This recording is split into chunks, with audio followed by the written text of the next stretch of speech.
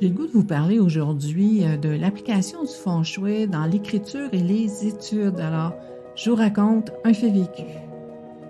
Nous avons le choix, avancer à l'aveugle et tenter d'éviter le ravin ou intégrer les énergies circulantes dans sa vie et atteindre la cible.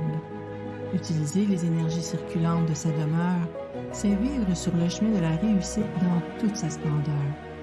Ici Louise Maina Paquette et bienvenue à l'épisode des énergies circulantes par le feng shui. Oui, aujourd'hui, bonjour tout le monde, je vais vous entretenir sur l'application du feng shui dans le cas des études et de l'écriture. Bon, dans les 2 dernières années, avec la pandémie, j'ai réorganisé ma pratique et puis, ce qui fait qu'aujourd'hui, je peux vous offrir des beaux moments en feng shui, des prévisions et opportunités de la semaine, les stratégies avec le Jia et même le Badzi. Donc, dans ces 2 dernières années, j'ai mis les bouchées triples parce que ce projet-là était prévu pour 2024-2025. Alors, devancé de plusieurs années, il faut se mettre vraiment au travail. Alors, j'ai pu explorer et expérimenter abondamment les nombres étoiles, les énergies circulantes qui favorisent les études et l'écriture. Les études, oui, pour la réorganisation de l'entreprise et l'écriture parce que j'écris toujours pour des magazines. Bon, dans ce temps-là, j'écrivais pour plusieurs magazines. Là, maintenant, j'écris pour un magazine seulement, Mon Dos Naturel, et pour moi, mes blogs, et ça remplit bien mon assiette. Alors, comment on fait pour favoriser les études, les énergies circulantes? C'est quoi?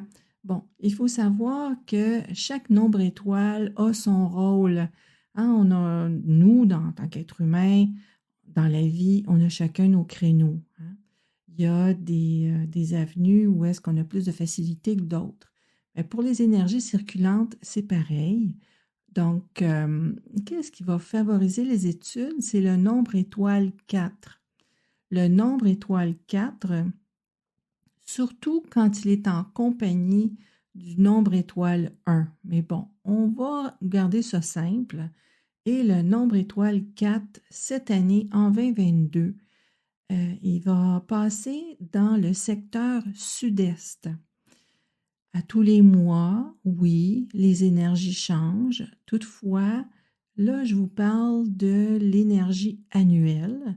Bien sûr, on peut regarder votre charte personnelle, la charte de votre demeure. Je vous invite d'ailleurs, si le cœur vous en dit, vous pouvez aller sur mon site internet à lasynergie.com et descendez dans la page jusqu'où vous trouverez les calculateurs et vous pouvez générer votre charte de feng shui incluant la charte annuelle, en fait les nombres étoiles annuels, tout à fait gratuitement. Tout ce que vous avez besoin, c'est d'avoir l'orientation de votre façade que vous allez mesurer avec une boussole.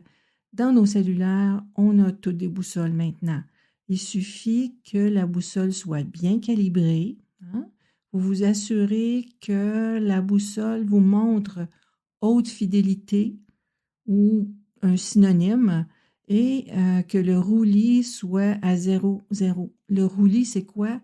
C'est est-ce que votre téléphone, quand vous allez prendre la mesure, est-ce qu'il est trop vers l'avant, trop vers l'arrière, trop vers la gauche, trop vers la droite? Normalement, les boussoles dans les cellulaires vont vous offrir soit une bulle comme un niveau ou va vous offrir des chiffres, tout simplement. Vont vous dire le roulis est à 0, 0 ou le roulis est à moins 1, moins 3.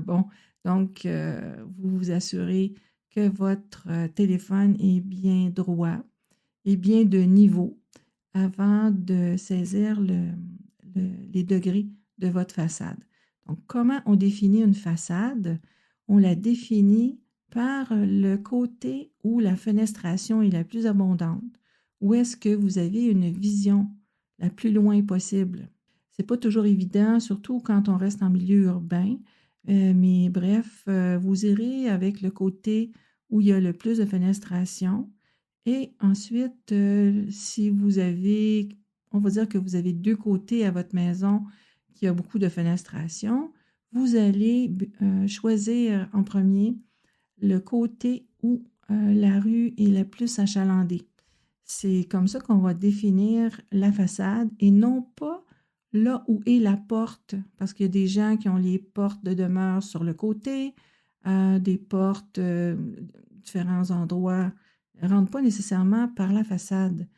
Donc, un autre point aussi, si votre demeure est face à un lac, face à un terrain de golf, face à vraiment un terrain qui vous offre, comme on dit, un bon phénix, hein, une vision vraiment lointaine, c'est cette façade-là, c'est ce côté-là, pardon, qui servira de façade, qui sera vraiment identifié comme étant la façade.